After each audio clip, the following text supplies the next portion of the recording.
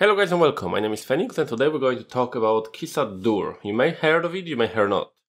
Kisat Dur is a martial arts developed for a Dwarf Fortress by a guy called Broseph Stalin. Him and the guys on the Base 12 forums developed the martial arts that we're going to be using today, and we're going to explain principles of it and how you can be successful with it. I had a great success with it. Unarmed, I managed to kill hydras, dragons and pretty much anything in the game. There are a few exceptions, we'll talk about them later, but at the moment we'll focus on what Kisat Dur is and what we can do with it. Okay, so let's get started. Our first look, we're going to today talk about the basic principles of it and the basic knowledge you have to have before you start using it. So the goal of Kisat Dur is not to kill the enemy, because it's really difficult to kill somebody unarmed, but to render them unable to cause any more harm to you. And after that, you can kill them, obviously, when you make them unconscious or vulnerable to attacks. You can then kill them off.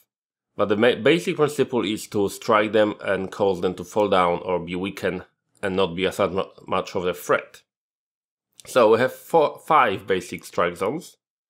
The first one are lungs. If you bruise 2 of the lungs, which basically means left and right, enemy will die, every time. Doesn't matter who it is, they will die. Unless they are undead already, they will die. Every time. So bruising the lungs by punching upper body is a very easy way to kill somebody unarmed. And that's probably the only way you can kill somebody unarmed, really. Next, gut. If you bruise the gut, the enemy will be nosen and they will start vomiting everywhere. They will weaken their defenses, they will make them easier to hit next time, they will be weaker in attacks and slower. So you can either bruise gut of stronger enemy and run away, or you can bruise gut as a preparation for fight. Then, spine and the throat, that's the neck area that you attack. You attack neck or throat, there are 2 different options, so don't confuse it. You attack neck to break the spine. If you break the spine, enemy obviously will become paralyzed, and that is a great advantage, because then you can just kill him. Or, you can break the throat. Breaking the throat will cause a severe bleeding from the arteries. That is the result will kill the enemy. So that's the striking zone you have here, number 3. Number 4 are joints. Joints are enemies, you lock them up. You go into the resting position, you lock them and break joints. Broken joint makes the leap completely useless. So if you break somebody's arm, they can't use this arm anymore. Breaking 2 arms, they are basically useless to you. Break them legs, they can run away, they can move slower, you can have a chance to escape if you have to. Also, breaking bones causes a great pain, and usually 1 or 2 broken bones will make enemy unconscious. And after that you can just beat them to death. Finally, not very easy to achieve, but striking on the eyes is a really good way to render enemy useless to fight. Obviously it makes them blind to start with, so they will become blind. But in addition to that, it causes great pain. They can go unconscious. Especially scratches to eyes are amazingly useful. Okay, that's it about the striking zones. You can remember that for you. Let's go to the next one here. What I added to Kisat Dur, I added Sodel, which is a shield in Dwarven language. And there are a few advantages of shield. First of all, shield blocks everything.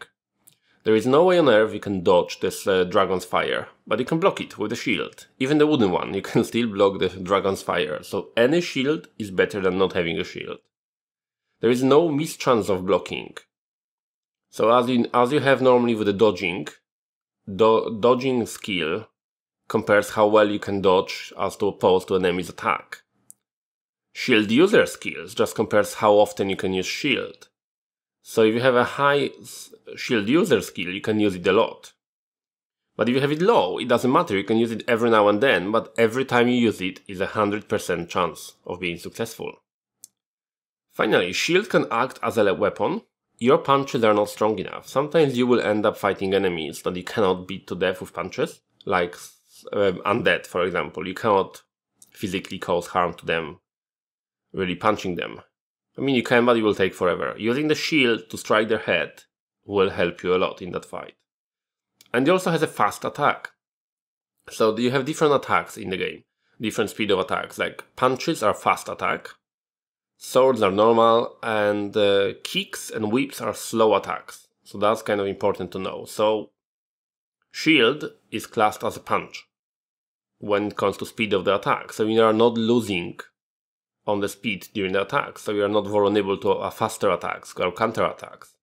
Now let's talk about the causes of death in the game. There are only 5 causes of death that I know of in the game. There is nothing else. Blood loss is one of the first causes of death. If you open enemy arteries, they will bleed to death. It takes a while depending what arteries you open. The neck arteries bleed them faster, the arm arteries will take longer to bleed. Suffocation. Suffocation can go through different things. It can be asphyxia, when you strangle them to death, or it can be when they cannot breathe. So if you break their lungs, they cannot breathe. They will suffocate to death, or they can drown. That's the 3 options of suffocation that you can use in the game to fight. Brain injury. 99% of enemies that have had, if the brain is injured, they will die.